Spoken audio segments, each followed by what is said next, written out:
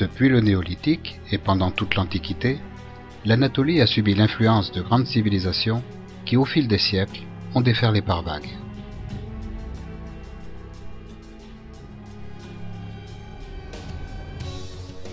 Cette terre de passage, à cause de sa position stratégique, a été tantôt intégrée dans d'immenses empires, tantôt démembrée entre une foule de petits royaumes.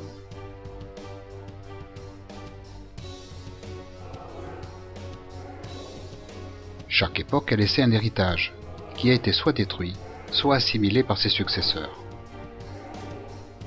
C'est principalement sur les côtes égéennes et méditerranéennes que se situe le formidable patrimoine archéologique que ces civilisations successives nous ont laissé. Parcourir ces sites, c'est redécouvrir quelques pages de l'origine de notre propre culture.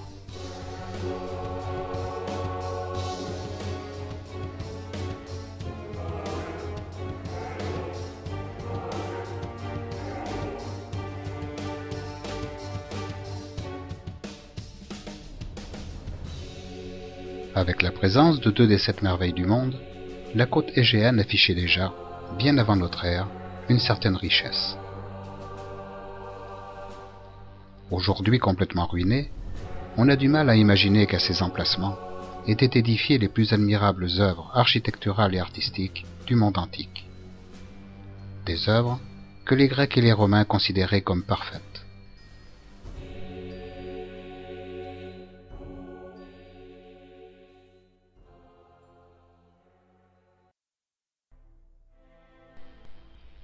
Moins fréquentés que ceux du sud, les sites du nord de l'Anatolie occupent une place particulière dans notre mémoire collective, car leur histoire y croise parfois la légende. Ainsi de la mythique Troie, chantée par Homère, dont il ne reste pas grand-chose. Quelques ruines énigmatiques et tristes, d'où se dégage une étrange impression. Dans ces vestiges confus, certains datant de l'âge de bronze, 9 villes d'époques différentes se superposent. C'est probablement l'une de ces villes, reconstruite sur les ruines de celle qui l'a précédée, qui serait celle du vieil Homère. Priam, qui en était le roi, n'aurait pas pris garde à l'ombre funeste du piège d'Ulysse, qui a assombri sa ville jusqu'à l'anéantir complètement.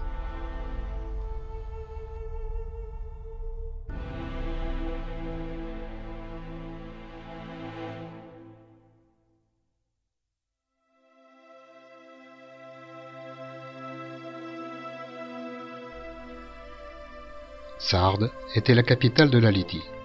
Ses restes, plutôt romains, sont disséminés dans la campagne environnante. Ils permettent de se faire une idée concrète de l'architecture colossale d'une métropole antique.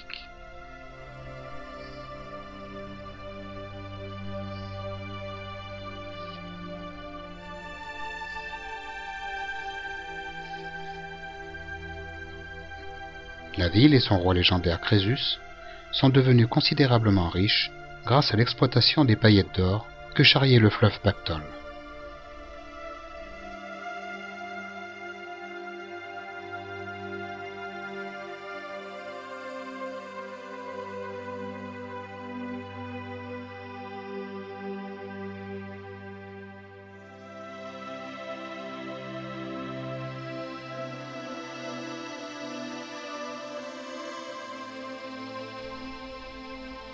Atypique, l'intérêt du site d'Assos vaut surtout pour sa situation, perché au sommet d'un piton rocheux.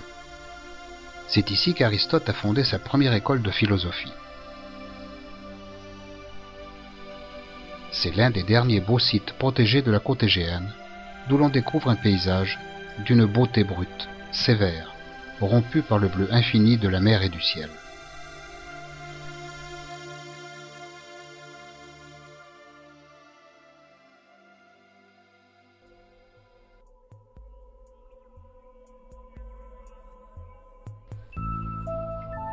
Les poètes de la Grèce et de la Rome antique ont célébré les sinuosités du Méandre, rivière mythique aujourd'hui ensablée, le long de laquelle les Grecs ont colonisé dès l'âge de bronze une partie de la côte égéenne.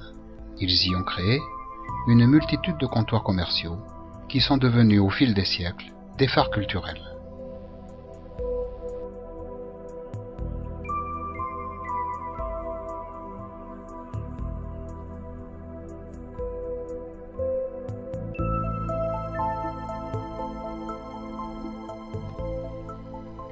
Mylée était la plus puissante cité de la Confédération ionienne. Ses marins ont rayonné dans toute la Méditerranée. Cité de savants, elle a vu naître de nombreux génies. Parmi ceux-ci, le célèbre philosophe et mathématicien Thalès, ou encore l'architecte et philosophe Hippodamos, le père de l'urbanisme. Elle exhale la nostalgie de toutes les rades ensablées.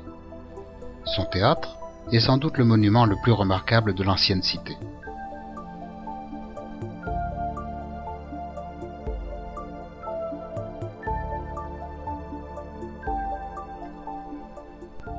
Lieu magique, Didyme la prophétique était une cité bâtie autour d'un oracle aussi fameux que celui de Delphes en Grèce. Le temple d'Apollon, jumeau d'Artémis, est un sanctuaire inachevé, aux dimensions gigantesques, dont l'état de conservation permet d'imaginer les cérémonies mystérieuses qui s'y déroulaient.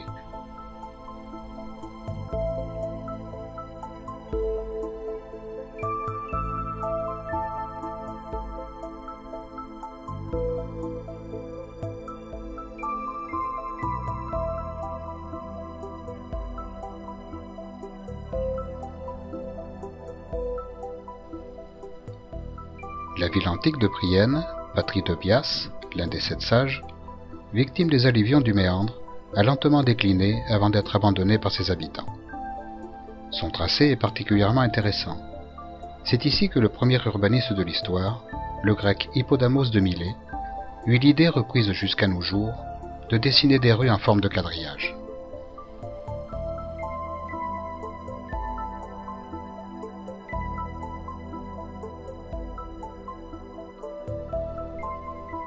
Classées patrimoine mondial par l'UNESCO, les étonnantes cascades pétrifiées de Pamukkale sont une curiosité géologique unique au monde.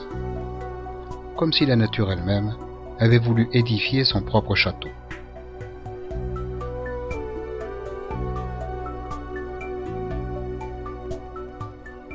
Au-dessus, Hierapolis, une station thermale romaine fondée par le roi de Pergame.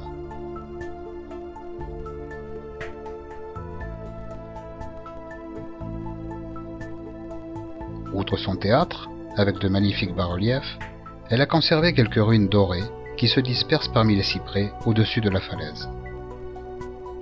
Sa nécropole compte 1200 tombeaux.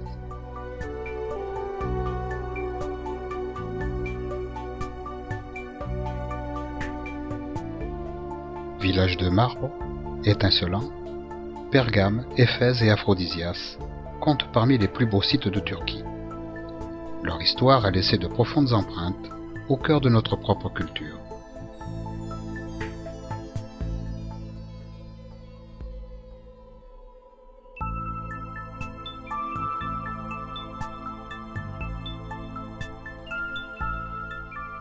Pergame, fief des Attalides, a été la capitale d'un puissant royaume qui domina toute l'Asie mineure. Elle rivalisa longtemps avec Rome et Alexandrie. De l'ambiance magique de l'acropole, qui dessine ses ruines comme des dents blanches, on tombe sous le charme de son théâtre, l'un des plus impressionnants de toute la Turquie. Vertigineux, il est ouvert sur un paysage bucolique aux scènes pastorales.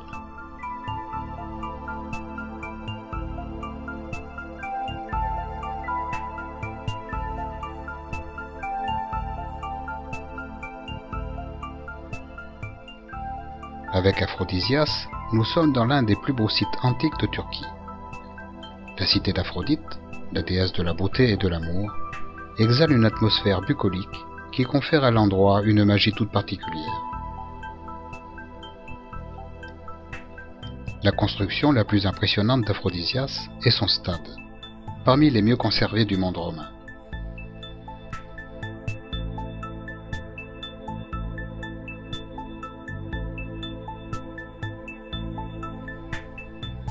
Fondée par les Grecs, embellie par Alexandre, puis Hadrien, Éphèse devient une des villes les plus importantes et influentes de l'Antiquité en Asie mineure.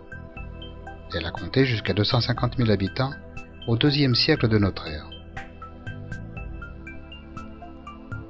C'est le site gréco-romain le plus prestigieux de la côte égéenne, par son ampleur, par la poésie et la variété de ses vestiges, ainsi que pour ses restaurations somptueuses qui permettent d'imaginer la richesse de cette métropole commerciale qui dominait de sa puissance tout l'Orient méditerranéen. Site exceptionnel, fief légendaire des Amazones, c'était aussi un formidable carrefour d'idées, dominé par l'école ionienne et le philosophe Héraclite. La cité d'Artémis est aujourd'hui la plus fréquentée de Turquie.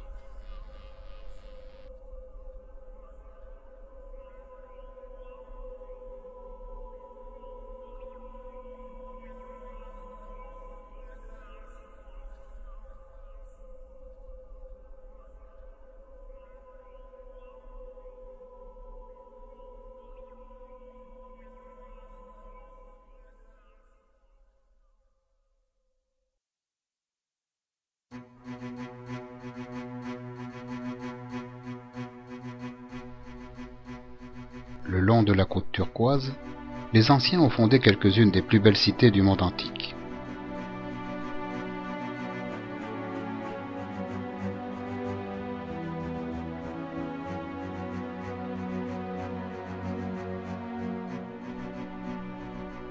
À côté d'un théâtre grandiose, la nécropole de Myra est sans doute la plus belle de Lycie.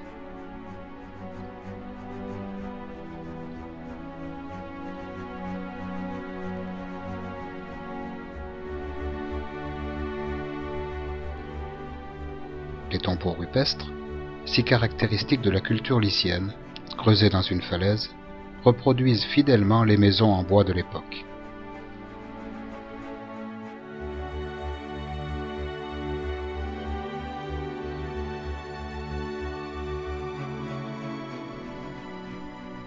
Pergée est l'une des villes les plus représentatives de l'ancienne Pamphylie. Elle donne une très bonne idée de ce qu'était une cité romaine d'Asie mineure. Ce qui frappe à Pergée, c'est l'importance des infrastructures liées à l'eau.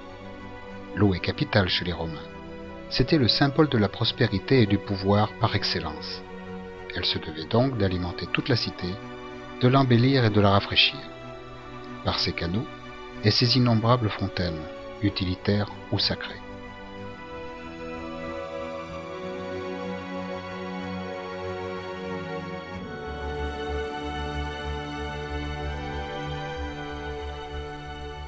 Aspindos est un site dans un beau paysage de campagne qui en plus recèle un joyau, son théâtre, l'un des édifices les mieux conservés du monde antique d'Asie mineure. Il vaut à lui seul la visite. Construit au IIe siècle avant Jésus-Christ par l'architecte Zénon, il peut encore accueillir 25 000 spectateurs.